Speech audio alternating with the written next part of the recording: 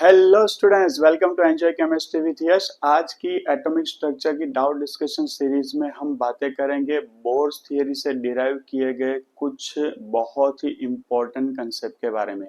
एक हम देखेंगे एंगुलर मोमेंटम वाला कंसेप्ट, फिर रेडियस वाला, वेलोसिटी वाला और एनर्जी वाला concept.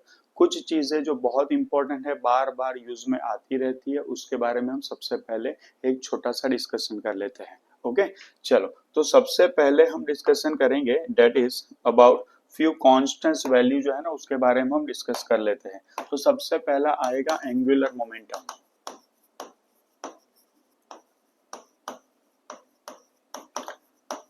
Angular momentum is mvr/nh/2 pi. I hope कि आप लोगों को सारी बेसिक टर्मिनोलॉजीज पता है, तो उसके ऊपर मैं नहीं जा रहा हूँ। m is mass of electron, v is velocity, r is radius of circular path, h is Planck constant and n is the number of orbit in which the electron revolves. ठीक है, फिर आता है रेडियस की formula, और radius is equal to R N R zero that is N square upon Z होता है, Z is atomic number. और आर जीरो जो है ना, इसको फर्स्ट बोर ऑर्बिट वैल्यू कहते हैं, जिसकी वैल्यू हम लिख सकते हैं 0.529 एंगस्ट्रॉम। ठीक है, 0.529 एंगस्ट्रॉम। सिंप्लिसिटी के लिए 0.53 एंगस्ट्रॉम भी ले सकते हैं। ठीक है, अब आती है velocity. Velocity in nth orbit is v not z by n होगा, और v नॉट की वैल्यू है 2.188 इंटू 10⁶ मीटर पर सेकंड। ठीक है, अब आती है एनर्जी की वैल्यू। एनर्जी की वैल्यू बहुत तरह से हम लिख सकते हैं, En दैट इज -2.18 इंटू 10⁻⁻18, और यहाँ पर हो जाता है Z square upon N square joule per electron. और अगर हम इलेक्ट्रॉन वोल्ट से डिफाइन करें तो -13.6 that is Z square upon N square electron volt per electron. और अगर इसी को अगर आप किलो कैलोरी में कन्वर्ट कर दें तो दैट टर्न्स आउट टू -313.6। किसी किसी बुक में 5, किसी किसी बुक में 8 ऐसा लिखा है, तो थोड़ा बहुत इधर उधर वेरी कर सकता है। किलो कैलोरी है, लेकिन ध्यान रखना ये 1 मोल इलेक्ट्रॉन के लिए वैल्यू है।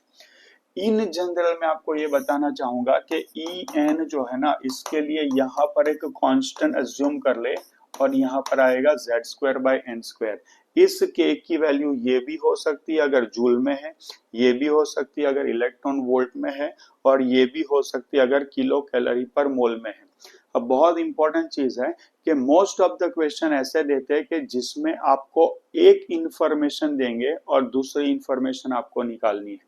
मान लो कि हाइड्रोजन एटम की कोई एक ऑर्बिट में उसकी रेडियस या वेलोसिटी या एनर्जी देंगे, और He+ के लिए या Li+2 के लिए या Be+3 के लिए आपको कुछ वेलोसिटी या रेडियस की वैल्यू निकालनी हो, तो एक बात समझ ले कि ये सारे कांस्टेंट जो है ना, ये सारे कांस्टेंट का यूज ना करें। आपको आंसर गिवन इंफॉर्मेशन की टर्म से नई इंफॉर्मेशन के फॉर्म में निकालना पड़ेगा। तो उस केस में ये जो है ना वैल्यू कांस्टेंट के, यहाँ पर आर नॉट, यहाँ पर वी नॉट, ये लेकर के हम सॉल्व करेंगे। पहले गिवन इंफॉर्मेशन के बेसिस पर ये आर नॉट, वी नॉट और के की वैल्यू निकालेंगे, और उसकी सब्सटीट्यूशन करेंगे नेक्स्ट इंफॉर्मेशन के लिए, जो बहुत ही इंपॉर्टेंट होगा, खास ध्यान रखें। एक और चीज है, that is change in energy, that is delta E. Again same, यहाँ पर मैं कांस्टेंट लिख देता हूँ, दैट इज जेड स्क्वायर, और यहाँ पर आएगा 1/n1 स्क्वायर माइनस 1/n2 का square.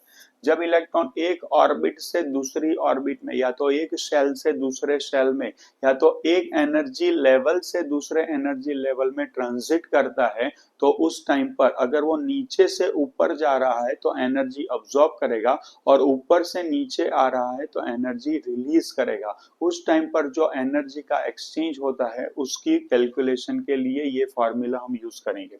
Eight the same time delta E है ना, तो एनर्जी चेंज है, तो energy change you can express in terms of H nu, माने nu is the frequency of light. नीचे से ऊपर जाएगा तो वो फ्रीक्वेंसी को ऑब्जॉर्व करेगा, ऊपर से नीचे आएगा तो वो फ्रीक्वेंसी को एमिट करेगा, और it can be written as H C upon lambda also, माने वो न्यू या तो लैम्बडा को ऑब्जॉर्ब या तो एमिट कर सकता है। और एक बहुत इंपॉर्टेंट रिलेशनशिप है between total energy, kinetic energy and potential energy से, and that relationship is what, minus total energy equals to positive kinetic energy equals to minus potential energy by 2। किसी भी सिस्टम की टोटल एनर्जी और kinetic energy same होती है, और total energy की value negative होती है, काइनेटिक एनर्जी की वैल्यू कभी नेगेटिव नहीं हो सकती है, और इन दोनों की वैल्यू किसके बराबर होती है, उस सिस्टम की पोटेंशियल एनर्जी की हाफ वैल्यू के बराबर होती है। तो इतनी फंडामेंटल डिस्कशन के बाद हम फर्स्ट क्वेश्चन उठा सकते हैं। Let's start. Angular momentum in second orbit of hydrogen atom is x। Second orbit में हाइड्रोजन के लिए उसकी वैल्यू है x। Then find out the angular momentum in first excited state. अब समझ ले, एक्साइटेड स्टेट माने क्या है, जहां है इलेक्ट्रॉन वहां से ऊपर गया है। सेकंड एक्साइटेड स्टेट का मतलब है कि वो 2 शेल ऊपर गया है। थर्ड एक्साइटेड स्टेट का मतलब है कि जहां है वहां से 3 शेल ऊपर गया है। ठीक है, चलो, तो Li+2 जो है ना, तो Li+2 में भी इलेक्ट्रॉन फर्स्ट ऑर्बिट में ही होता है, क्योंकि कुल मिलाकर एक इलेक्ट्रॉन है तो वो फर्स्ट ऑर्बिट में होता है। लेकिन वो फर्स्ट एक्साइटेड स्टेट में अगर चला जाए तो n की वैल्यू क्या होगी, 2 होगी। और सबसे पहले इंफॉर्मेशन क्या दी है, हाइड्रोजन एटम के लिए इंफॉर्मेशन दी है, तो उसका हम यूज करेंगे स्टूडेंट्स। एंगुलर मोमेंटम की फॉर्मूला है mvr is equal to nh upon 2 pi है। हाइड्रोजन के लिए सेकंड ऑर्बिट है, माने n की वैल्यू क्या है, 2 है, h अपॉन 2 पाई, तो इसका आंसर बन गया h अपॉन पाई, जिसकी वैल्यू है x। अब अगर सेम चीज ये हाइड्रोजन के लिए है, अब मैं सेम चीज Li+2 के लिए अप्लाई करूं, जिसमें n की वैल्यू 2 है अगेन, और उसका एंगुलर मोमेंटम अगर मुझे फाइंड करना है तो mvr इज इक्वल टू क्या आएगा, nh अपॉन 2 पाई आएगा। n की वैल्यू अगेन 2 रखनी है तो 2h अपॉन 2 पाई होगा, जिसमें h अपॉन पाई सिंप्लीफिकेशन होगा, और h अपॉन पाई की वैल्यू क्या है, x है। तो इसके लिए भी हमारा आंसर क्या बन जाएगा, x बन जाएगा।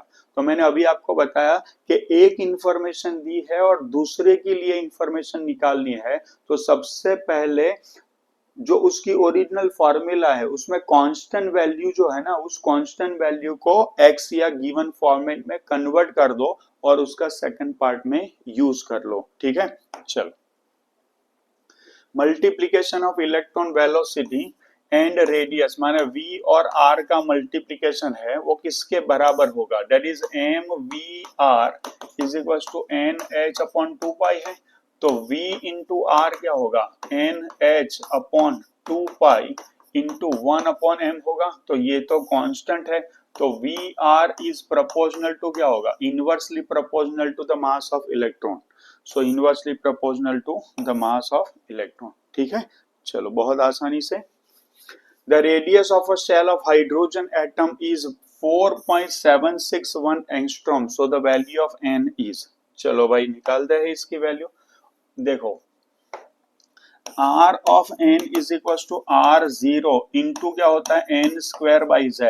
r of n की वैल्यू है 4.761 is equal to r naught की वैल्यू मुझे पता है 5.529 n स्क्वायर, और z की वैल्यू 1 आएगी, तो n स्क्वायर की वैल्यू है 0.4761 अपॉन 0.529, इसकी वैल्यू ऑलमोस्ट 9 हो जाएगी, तो n स्क्वायर की वैल्यू अगर 9 है तो n की वैल्यू क्या हो जाएगी स्टूडेंट्स, 3 हो जाएगी, तो आंसर इज 1। ठीक है, चलो। In Bohr's atomic model, radius of first orbit of hydrogen atom is this 0.053 nanometer, then the radius of third orbit of Li+2 is। देखो स्टूडेंट्स, एक इंफॉर्मेशन दी है, दूसरी इंफॉर्मेशन पर हमें जाना है, तो हम क्या करेंगे, हम ये भूल जाएंगे कि हमको वैल्यू पता है Rn R N is equal to क्या है, R zero N square by Z.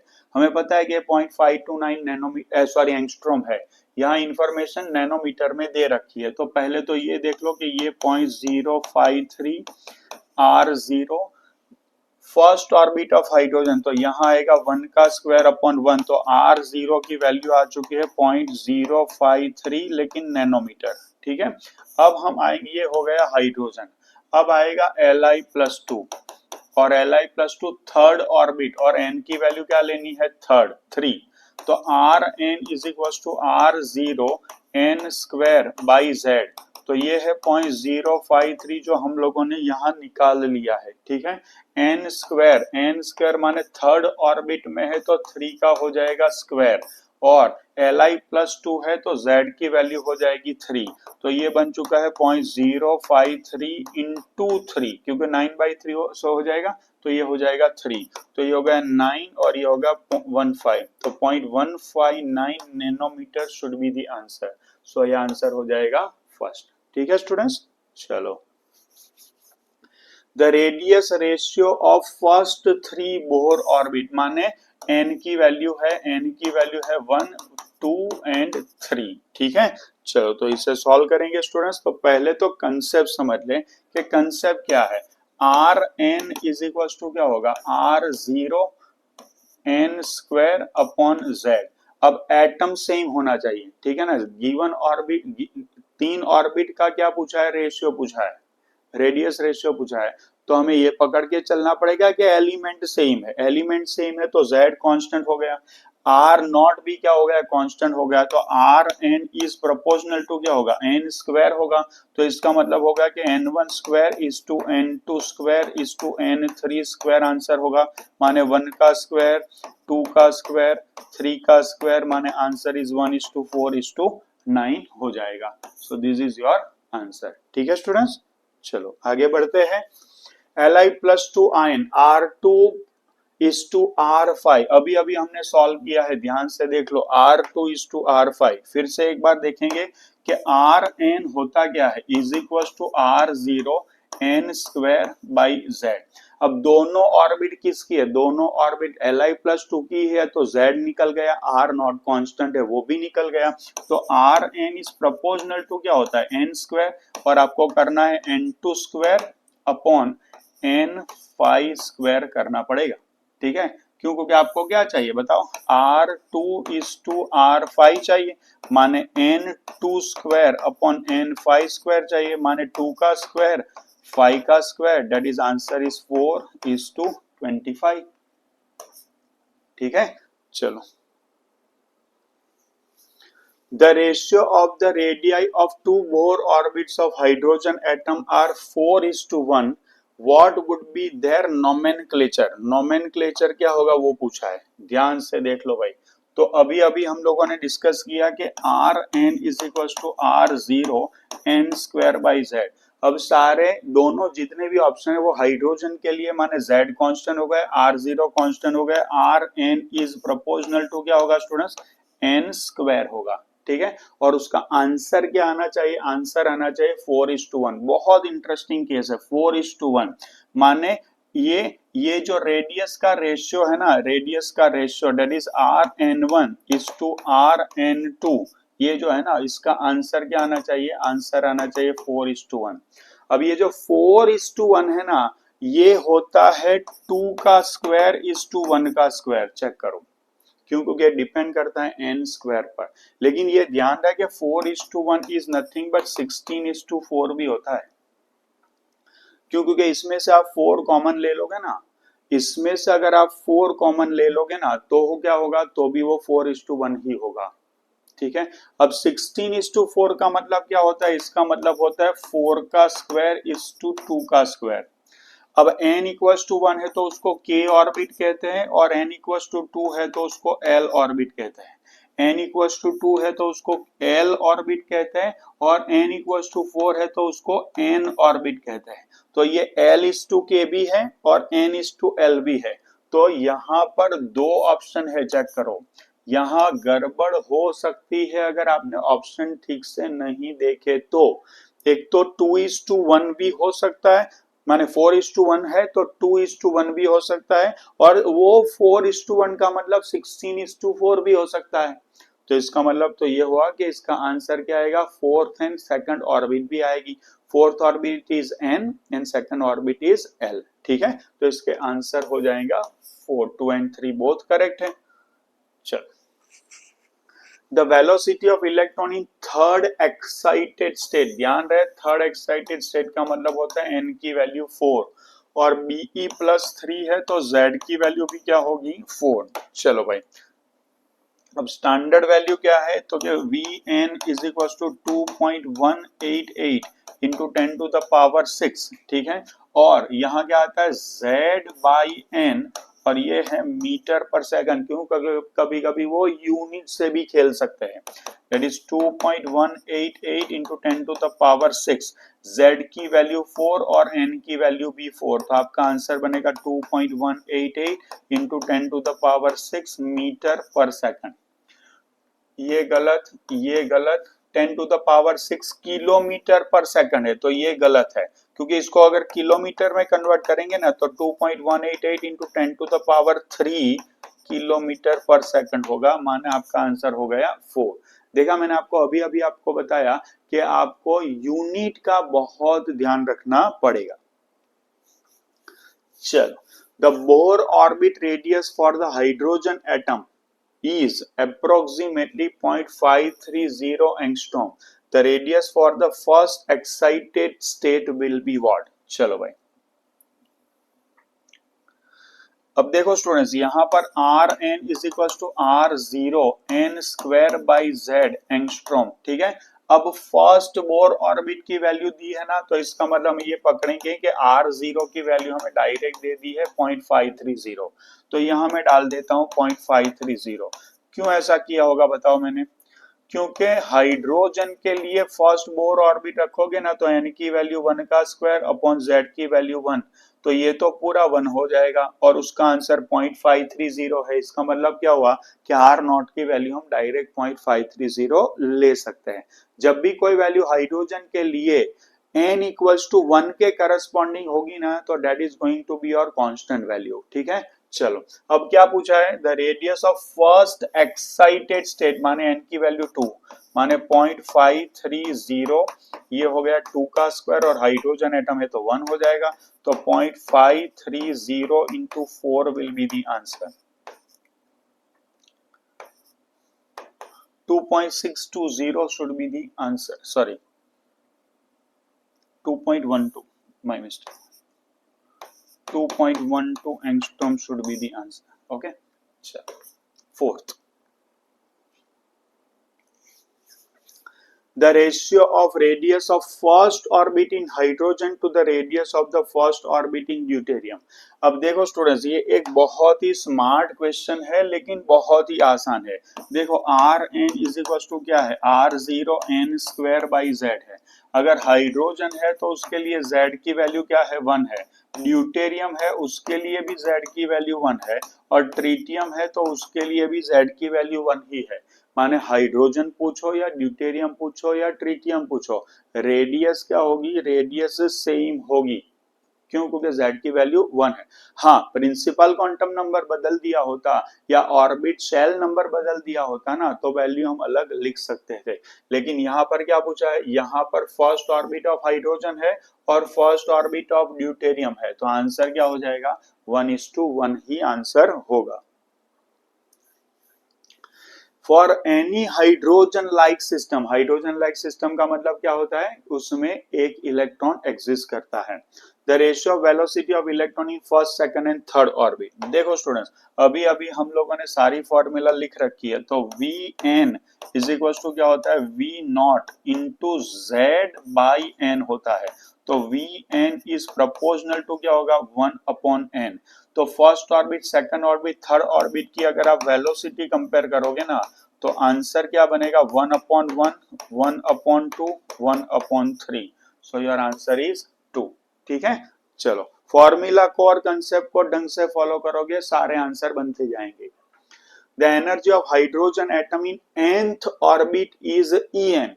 Then the energy of in nth orbit of singly ionize, अब हीलियम और सिंगली आयोनाइज माने He प्लस, ठीक है, उसका एटॉमिक नंबर होता है 2, आयन विल बी व्हाट। अब देखो स्टूडेंट्स, फॉर्मूला क्या है हमारे लिए, En इज इक्वल टू, मैंने क्या बताया था कि जब भी इंफॉर्मेशन दी हो ना तो उसका ही यूज करें, कांस्टेंट हम जो जानते हैं उसका यूज नहीं करेंगे। फॉर्मूला क्या है, minus K Z square upon N square, इसकी वैल्यू हमें En दे रखी है, माइनस के हाइड्रोजन के लिए z की वैल्यू 1 और एनर्जी इन nth ऑर्बिट, तो इसकी वैल्यू में n ही रख देता हूं, n, तो ये हो गया n स्क्वायर। तो k की वैल्यू क्या हो गई बताओ, k की वैल्यू क्या हो गई, k की वैल्यू हो गई माइनस एन स्क्वायर En हो गई, चेक करो।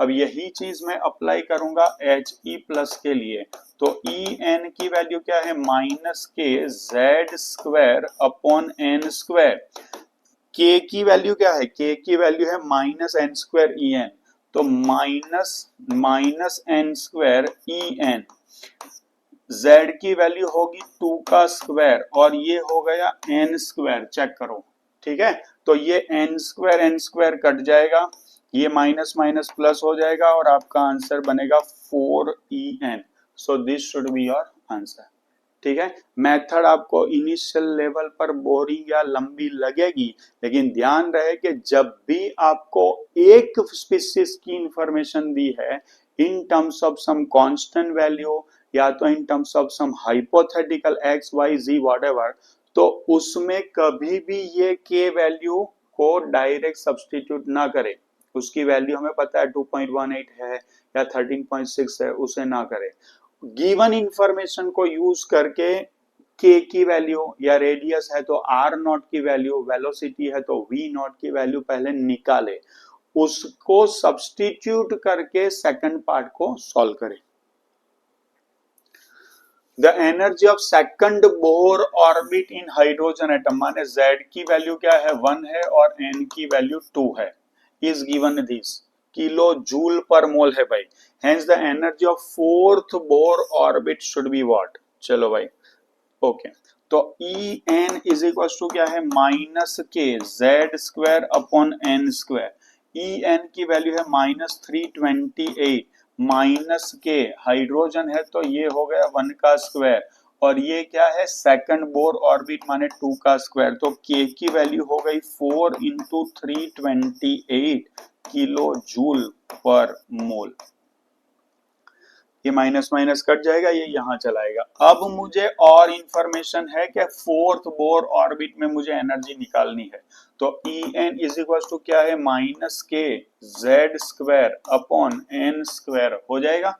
चलो माइनस के की वैल्यू क्या है 4, माइनस 4 इंटू 328, चलो जेड स्क्वायर हाइड्रोजन ही है तो 1 का स्क्वायर होगा और यहाँ पर n स्क्वायर है, फोर्थ ऑर्बिट है तो 4 का स्क्वायर हो जाएगा, तो एक 4 कट जाएगा तो नीचे आएगा माइनस 328 डिवाइडेड बाई 4 हो जाएगा, तो ये हो जाएगा 82 किलो जूल पर मोल, तो आंसर आ गया आपका 4, ठीक है स्टूडेंट्स। चलो,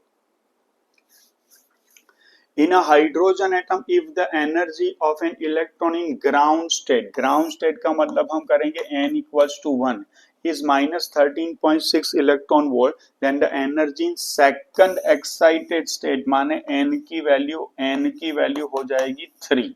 चलो स्टूडेंट्स अब इसे अप्लाई करते हैं और सॉल्व करेंगे। अब ध्यान से En is equal to minus K Z square upon N square. अब मैंने आपको अभी बताया कि ground state n equals to 1 और हाइड्रोजन की बात करते हैं ना, तो ये वैल्यू जो दी है उसको आप सीधा उसका कांस्टेंट के बिलीव कर सकते हैं, लेकिन फिर भी मैं आपको सॉल्व करके दिखाता हूँ। ये है minus 13.6 minus K hydrogen and ground state, तो k की वैल्यू क्या आ गई 13.6 आ गई। अब आगे En is equal to minus K Z square upon N square, minus K की वैल्यू है 13.6, जेड हो गया अपना हाइड्रोजन माने 1 का स्क्वायर और एन सेकंड एक्साइटेड स्टेट माने यहां पर क्या आ जाएगा 3 का स्क्वायर आ जाएगा, माने 13.6 डिवाइडेड बाई क्या आएगा 9 आएगा। 13.6 डिवाइडेड बाई 9 की वैल्यू ऑलमोस्ट होती है 1.51। ठीक है, चलो। The ratio between kinetic energy and the total energy of the electron in hydrogen atom according to Bohr's model। Kinetic energy पहले है और टोटल एनर्जी बाद में है। ठीक है, तो जैसे अभी हमने स्टार्टिंग में डिस्कस किया था, मैं फिर से लिख रहा हूं कि kinetic energy equals to negative total energy equals to negative potential energy divided by 2। तो इन दोनों का रेशियो अगर आप देखेंगे तो आंसर आएगा 1:-1। ठीक है, चल।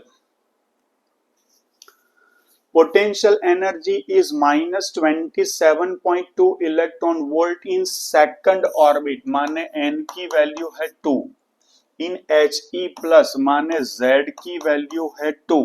Then calculate double of total energy in first excited state of hydrogen atom.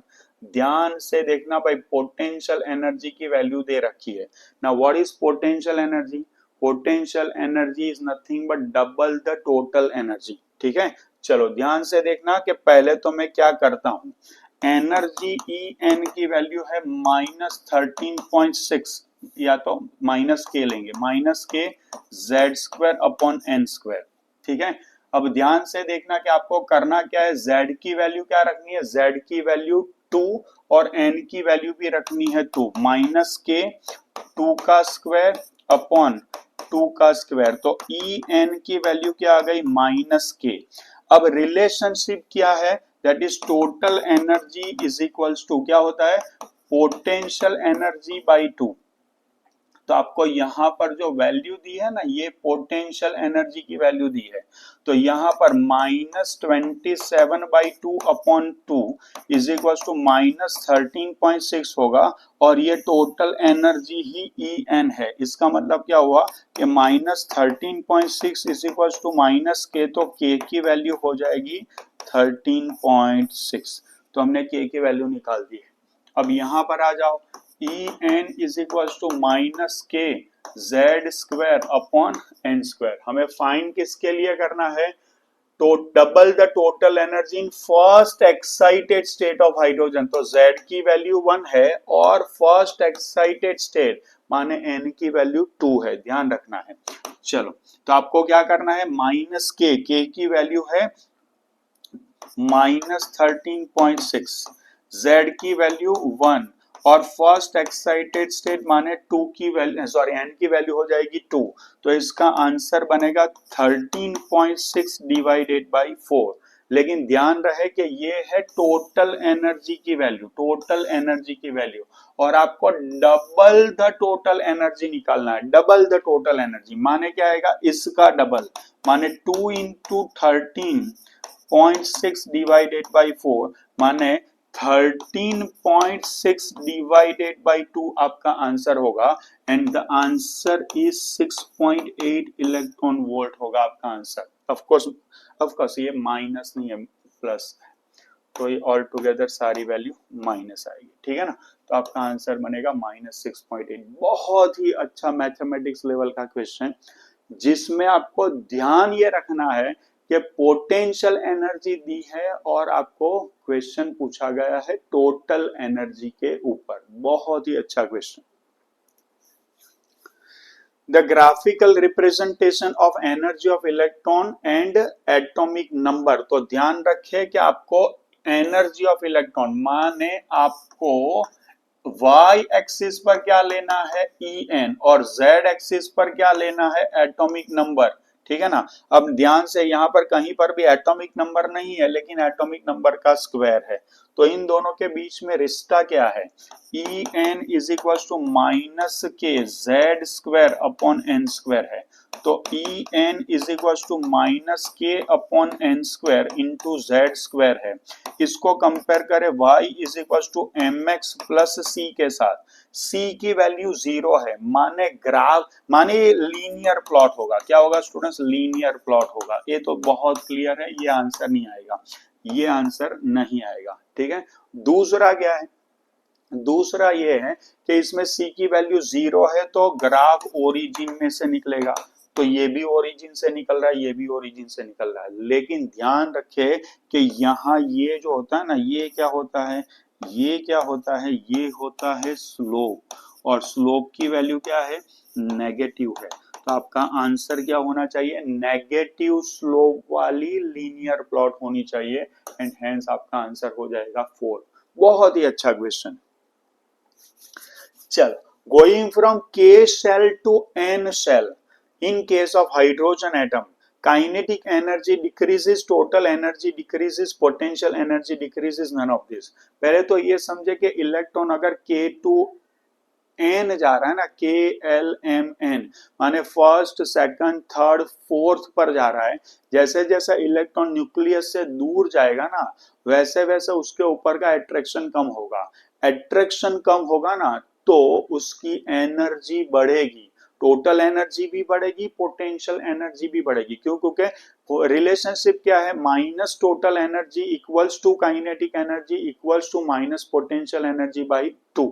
तो पोटेंशियल एनर्जी भी बढ़ेगी, टोटल एनर्जी भी बढ़ेगी, लेकिन काइनेटिक एनर्जी डिक्रीज होगी। क्यों? क्योंकि negative value of total energy is kinetic energy है। तो अगर टोटल एनर्जी बढ़ रही है तो काइनेटिक एनर्जी क्या होगी, डिक्रीज होगी। ठीक है, चलो, तो kinetic energy decreases should be the answer.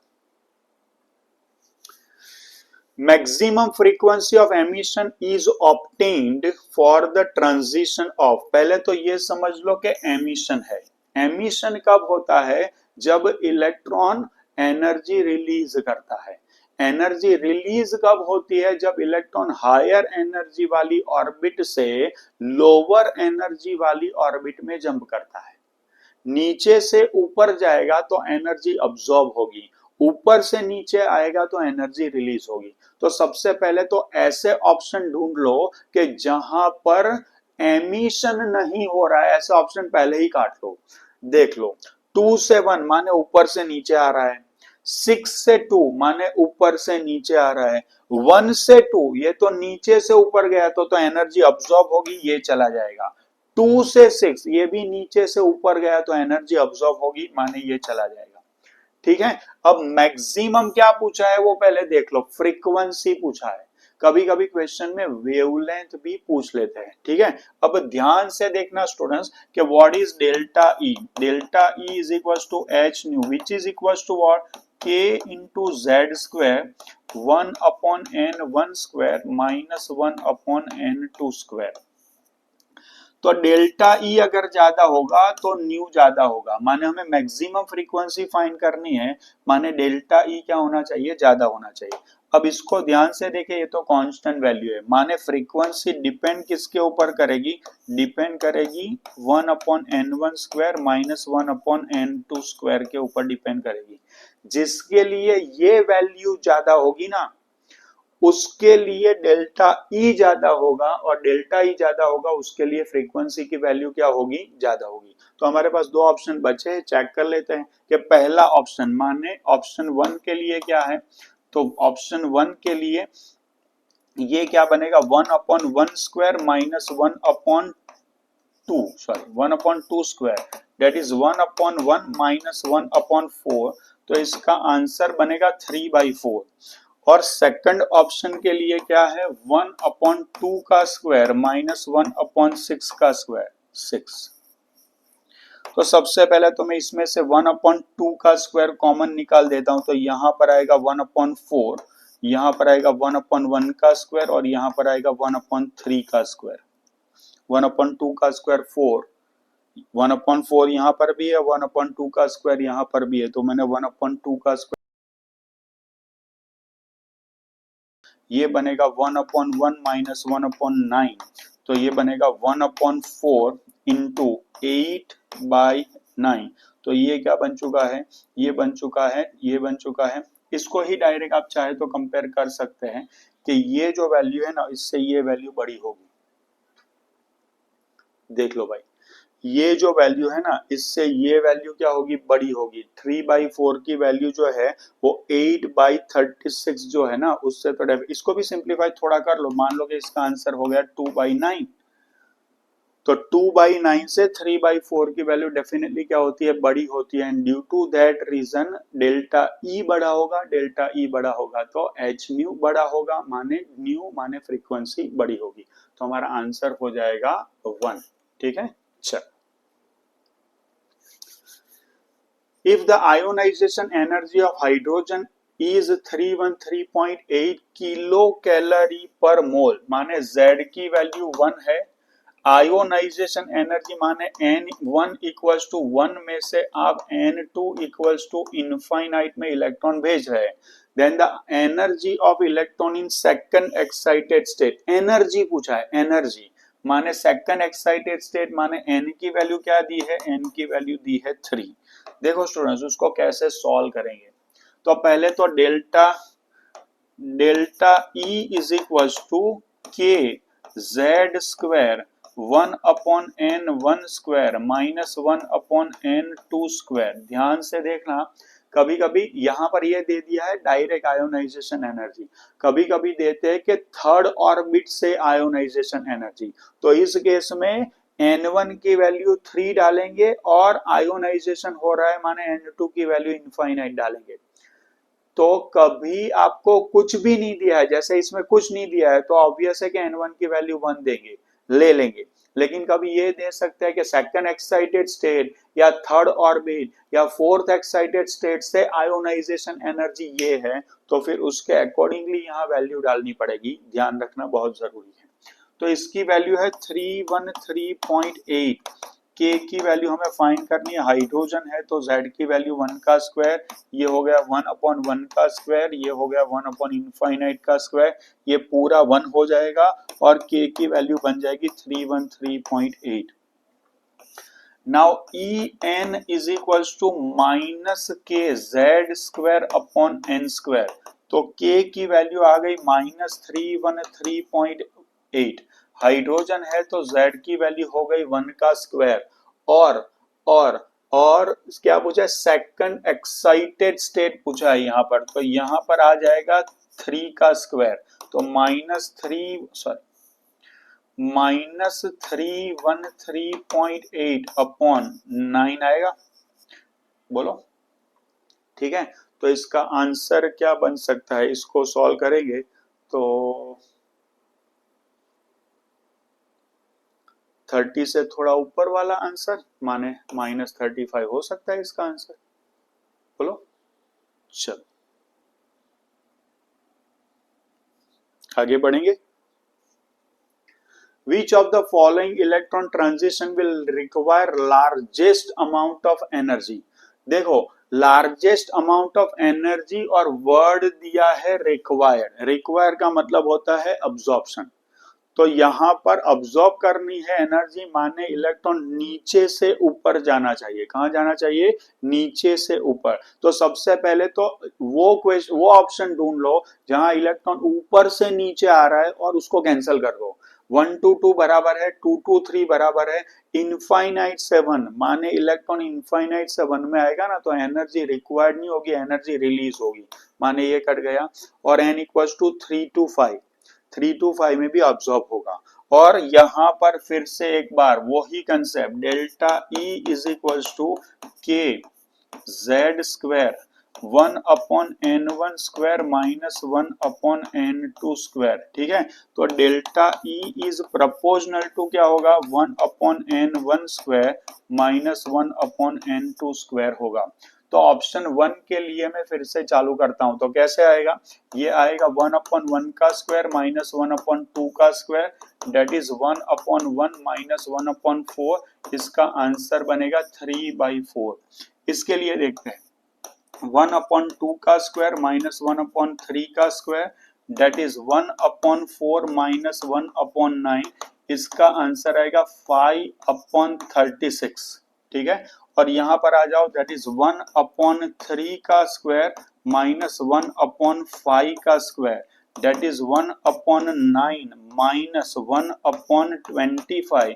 तो इसका आंसर बनेगा 16/225 इसका आंसर बनेगा। ठीक है, अब इन सबको अगर आप कंपेयर करोगे ना तो आपको समझ में आ जाएगा कि सबसे बड़ी वैल्यू 3/4 है।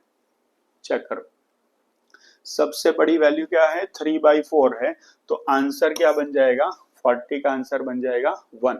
क्यों, क्योंकि 1/n1² अपन 1/-1/n2² की वैल्यू जितनी बड़ी होगी ना उतनी ज्यादा एनर्जी की रिक्वायरमेंट आएगी। तो आज की क्लास में हम लोगों ने बोर्स थियरी के related angular momentum, radius, velocity, total energy, kinetic energy, potential energy, excited state, ये सारी बहुत ही फंडामेंटल चीजों पर कुछ बहुत ही अच्छे क्वेश्चन सॉल्व किए हैं। आई होप कि आप लोगों को सारी चीजें समझ में आ रही होगी। और अगर आप इस चैनल पर पहली बार आए हैं और अब तक आप लोगों ने चैनल को सब्सक्राइब नहीं किया है तो डू कंसीडर सब्सक्राइबिंग। आपके लिए हम बहुत ही अच्छे अच्छे वीडियोस ला रहे हैं। आपको कोई और टॉपिक के रिलेटेड भी आपको कुछ डाउट्स है तो आप हमारे साथ दिए गए नंबर पर कांटेक्ट कर सकते हैं। मिलते हैं फिर नेक्स्ट लेक्चर में। Till then keep learning, enjoy chemistry.